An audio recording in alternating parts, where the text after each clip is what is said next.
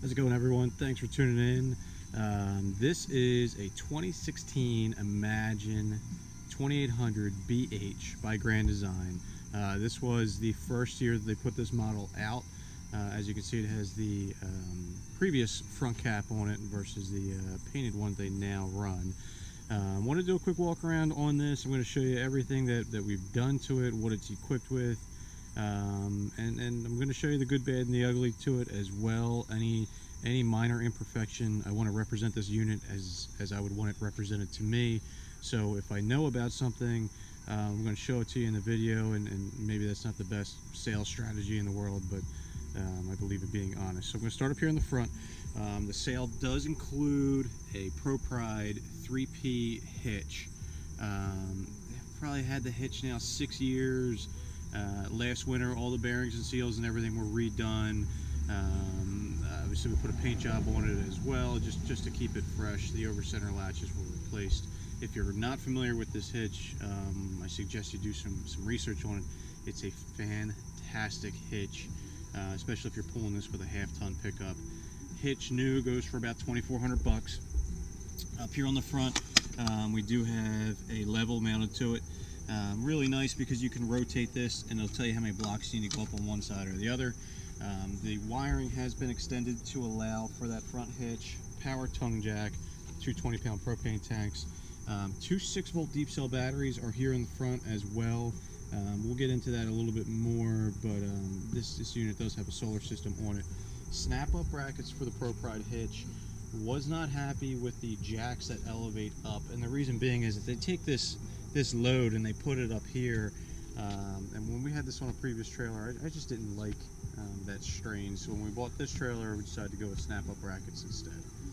Going to take you around to the, I guess you'd call this the driver's side of the trailer. It does have a full hookup compartment built into it. We attached some pegboard on that side, just for, you know, as you can see, a water regulator and things of that nature.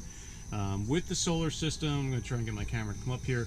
Automatic transfer switch, Kaisei 2,000 watt, I'm sorry, 1,000 watt pure sine wave inverter, and this is all the solar hookups. Really nice system. Very happy with it. Tried to recess it into the side of the cabinet here so it didn't interfere with any storage. You still have the Furrion solar hookup here on the outside if you wanted to run with a additional solar panel setup on the outside, but the storage space that this thing offers up here in the front is just tremendous. I'm going to give you the sticker label here, so you can do some research on that.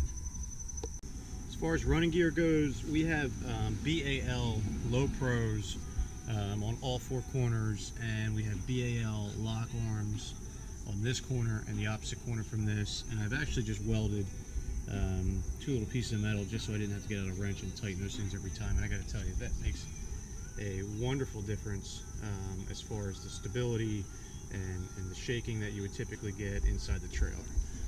On the outside, standard slide. We do have a slide topper on it. I'll take you guys up on the roof. I'll show you what the roof looks like. Right now I just have the windows open. I'm kind of in the midst of cleaning, and didn't look like the weather was going to hold off too much longer, so I decided I wanted to get this video rolling a little bit. So slide topper on it. Our unit did not come factory with a ladder. It was considered a factory accessory. We did opt to add it. Also put on LED rear tail lights. They make a very nice difference. As you can see, I currently have it plugged in just because we typically run the refrigerator. Spare tire cover on the back with Wounded Warrior Project. Rear camera is included with the monitor in the sale. Come on to this side. You can see the other lock arms sitting down there. Had skid wheels welded onto the back with grease zerks. Our previous house to this, we had a little bit of a steep driveway, and I didn't want to worry about doing any kind of damage to the back end. Spray port on this side. It does include a like a blue coiled hose that you can hook up. You can see the sun is starting to fade it a little bit. Outside kitchenette area, so to speak, with the stove and you know, a beer fridge.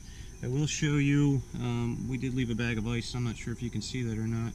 It started to melt on the way home, and that peeled up. Besides your normal, you know, just from putting stuff in and out of here. Nice big door that closes here onto your entry door. The nice thing about Grand Design is everything is magnetic, so you don't have to worry about any kind of latch or anything like that. 21-foot awning with a black underside, which again, if you have a white one right now, you know how dirty that they can get. It's really nice having the black. We did upgrade this window.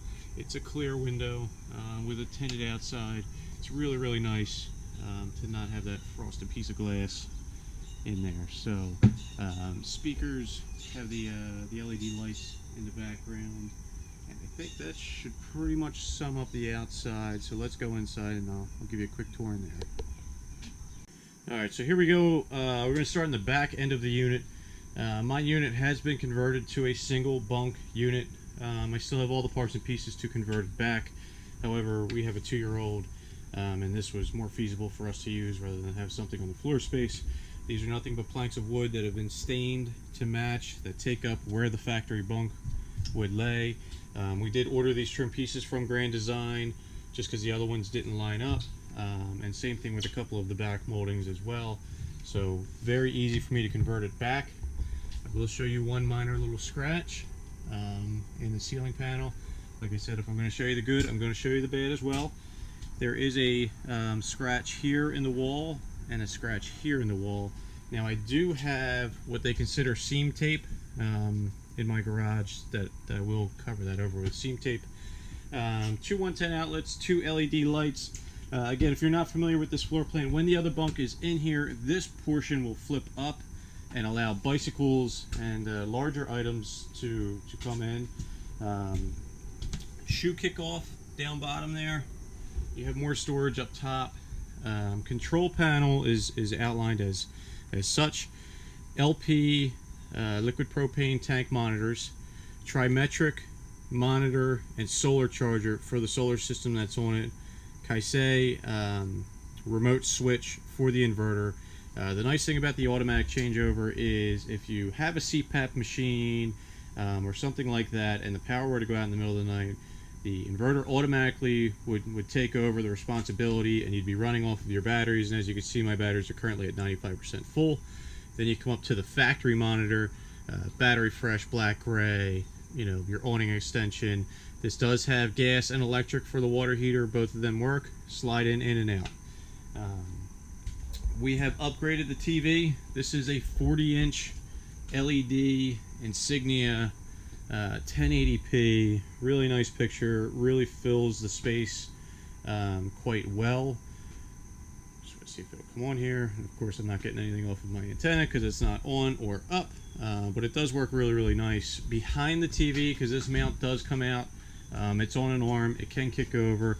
We have a Jeffitech wireless repeater, and you can see my Velcro didn't hold that thing in place like it was supposed to, but there's an antenna on the roof, and I'm told that it'll pick up a Wi-Fi signal from a very far distance, bring it back in, and it essentially makes a Wi-Fi network here inside of the unit. I had to put a strap in here for this TV just because I didn't trust the factory mount, and I didn't want this thing to come flying off while we're going down the road. Air conditioning and everything works as it should.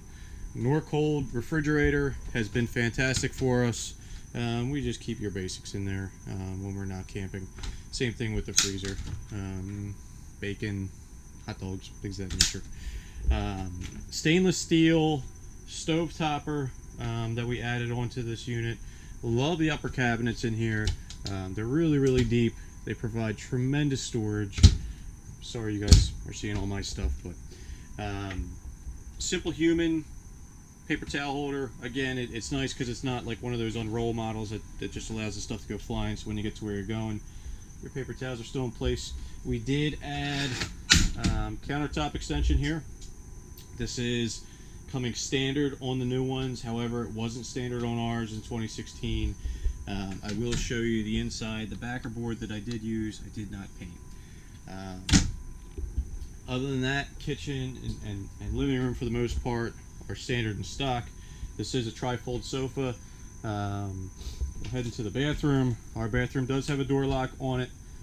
Our unit did not come with a porcelain toilet. We have since put a porcelain toilet in it. And what you will notice is a lot of times the underside of the toilet has tremendous grooves in it that are a pain to clean. Excuse me, not that one. Added a hand towel bar, a regular towel bar, and we have upgraded the faucet in here. The cheap plastic ones, they're just terrible. They're tough to get your hands under and stuff like that. We do have an oxygenic shower head in here, but that will be coming out. That is not included in the sale. We did have a picture hanging here to cover these two little holes.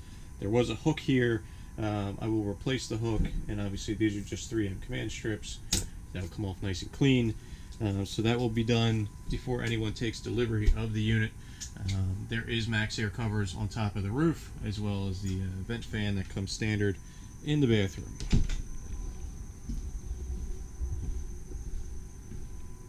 Bedroom area, again, pretty standard stuff back here, nothing crazy.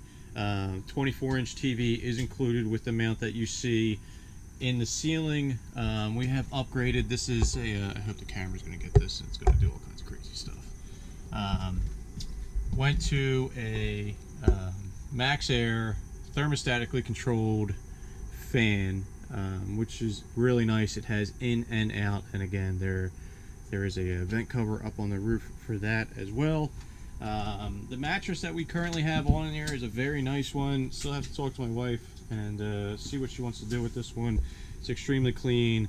It's the RV Collection from Denver Mattress. I feel like we paid $600 for this, maybe $700. I still have the factory mattress sitting upstairs. Under bed storage. Again, great bedroom.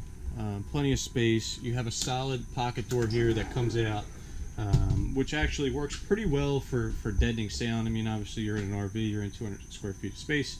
However, it works out pretty nice. The pet drawer that you would typically get, we use as a junk drawer. I don't have the dishes anymore. I think I've recycled them. Other than that, I'm going to take you guys up on the roof next, and we can kind of go from there. Alright guys, we are up on the roof. You can see the two 100-watt solar panels here. They come in through the correct port, and they are fused before they come in. I believe these came from Windy Nation. MaxxAir 2s on the vent covers. As far as overall condition of the roof, it's in great shape. Needs a good cleaning. This one refrigerator vent is starting to get sun faded. Again, air conditioning works as it should. Slide topper does need a good cleaning. And again, MaxxAir 2 back here on the bathroom vent. This is your Jeffatech Wi-Fi antenna right here.